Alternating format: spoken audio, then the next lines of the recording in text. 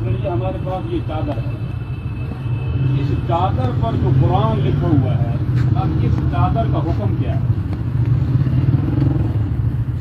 بعض دفعہ ہم بڑی اتباع میں اور محبت میں یوں آتے ہیں کہ اگر قرآن پاک بالفرض کھلا ہوا ہو، آپ میں سے کوئی بندہ اس کو کمر کر سکتا ہے؟ ادبا نہیں نہ کرتے، اس لیے کہ وہ قرآن ہے۔ یہ چادر اب چادر نہیں ہے، یہ چادر قرآن ہے۔ یہ چادر کیا ہے؟ یہ قرآن کے حکم میں ہے بھائیو۔ اس پر قرآن لکھ دیا گیا، ورق پر قرآن لکھو تو قرآن نہیں بنتا، کسی تختی پہ قرآن لکھو وہ قرآن بن جاتا ہے۔ قرآن صرف وہ نہیں ہے جو صرف گدوں کے اندر آ جائے اس کو قرآن کہا جاتا ہے۔ قرآن جہاں ہو وہ قرآن ہوتا ہے، جہاں لکھا جائے اس کی بے ادبی حرام ہوتی ہے۔ اب مثال کے طور پر میں آپ سے گزارش کرتا ہوں، یہ تنقید نہیں ہے، مسئلہ سمجھانا مقصود ہے۔ آپ قرآن پاک لے آئیں، قرآن پاک کو کھول کر یہاں رکھ دیں، کوئی رکھنے کے لیے تیار ہے؟ نہیں۔ جہاں میت کے پاؤں آ رہے ہیں وہاں قرآن رکھ دیں، کوئی رکھنے کے لیے تیار ہے؟ اس لیے ہر بندہ سمجھتے کہ وہ قرآن ہے، میں کیسے رکھوں؟ اس کو آپ قرآن کیوں نہیں سمجھتے یار؟ اس پہ قرآن نہیں لکھا ہوا؟ یہ دیکھو، یہ آپ کے سامنے لکھا ہوا ہے سورہ کیا نام اس کا، آیت الکرسی، یہ چاروں کل لکھے ہوئے ہیں اس کے اوپر۔ آپ اس کو قرآن کیوں نہیں سمجھتے؟ اس سے فائدہ تو نہیں ہوگا، فائدہ نہیں ہوگا۔ اگر فائدہ ہوتا تو یہ آج تک باتیں کتابوں میں درج ہوتی، فائدہ نہیں ہوگا، ڈالنے والے بہرحال گناہگار ہوتے۔ اس لیے کہ قرآن کی یہ بے ادبی ہے اور ہم اس کو کرتے ہیں محبت میں آ کر۔ بہت سارے حضرات میری مسجد میں آتے ہیں، پوچھتے ہیں کہ وہ جی چادر جو لکھی ہے وہ کہاں ہے؟ تو میں ان سے عرض کرتا ہوں وہ چادر کیوں ڈال رہے ہو؟ سادہ چادر میت پہ کیوں نہیں ڈالتے آپ؟ قرآن ویسے اگر ورقوں کے اندر ہو، کیا ورقوں کو آپ علیحدہ الگ میت پر ڈال دیتے ہو؟ نہیں ڈالتے۔ چادر کو کیوں ڈالتے ہو جو قرآن پاک سے لکھی ہوئی ہے؟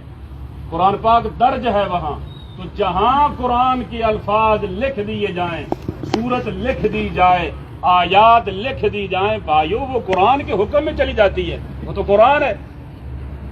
اب اس کو بالفرض جیسے ہم اٹھاتے ہیں، اٹھانے کا انداز ہمارا قرآن جیسا ہوتا ہے، اس کو لپیٹنے کا انداز ہمارا قرآن جیسا ہوتا ہے۔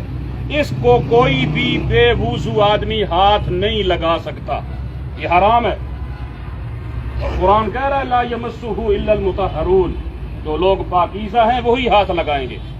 اگر بے وضو آدمی ہو اس کو لگا نہیں سکتا ہاتھ۔ اسی طرح آپ جب مسجدوں سے یہ چادریں لے آتے ہیں اس وقت وہ لوگوں کا وضو ہوتا ہے، کن کا وضو ہوتا ہے؟ کوئی وضو نہیں ہوتا۔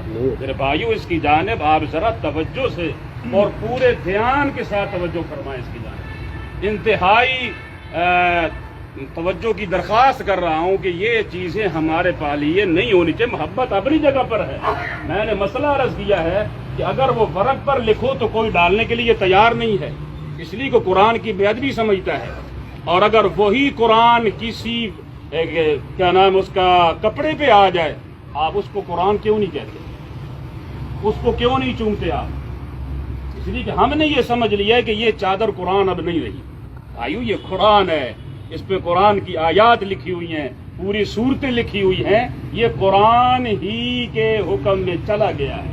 اب اس کو کوئی بے ادبی کے ساتھ نہیں اٹھا سکتا، کوئی بے وضو اس کو ہاتھ نہیں لگا سکتا، کوئی بھی پاؤں کی جانب، مثال کے طور پر زندہ آدمی ہو، زندہ آپ سو رہے ہیں، پہلے آپ ڈالیں اپنے اوپر کوئی دوسری چادر، اس کے بعد پھر وہ چادر ڈالیں جس کے اوپر قرآن لکھا ہوا ہے، وہ ڈالنے کے لیے تیار ہے؟ نہیں تیار۔ اس محبت میں یہ انداز اچھا نہیں ہے۔ محبت کیجئے، اللہ ذوالجلال والاکرام اس محبت میں اور اضافہ نصیب فرمائے۔ قرآن پاک کے ساتھ محبت کیجئے، لیکن ذرا سنجیدگی کے ساتھ بہت سوچئے۔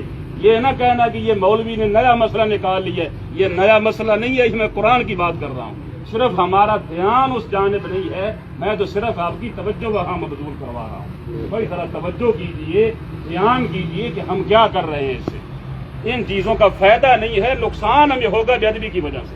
اللہ تعالی ہم سب کی مغفرت بھی فرمائے، ہمارے بھائی کی بھی اللہ پاک مغفرت فرمائے، ان کے جتنے بھی لواحقین ہیں، بیٹے ہیں، بیٹیاں ہیں، ماں باپ جو زندہ ہے رشتہ دار ہیں، اللہ تعالیٰ سب کو صبر جمیل نصیب فرمائے اور آخرت کی منازل اللہ پاک ان کے لیے آسان سے آسان تر فرمائے۔ اب آپ کی مرضی ہے، اس کو جہاں آپ ڈالتے رہیں، کیونکہ میں نے تو ڈالی نہیں ہے، نہ میں اتاروں گا۔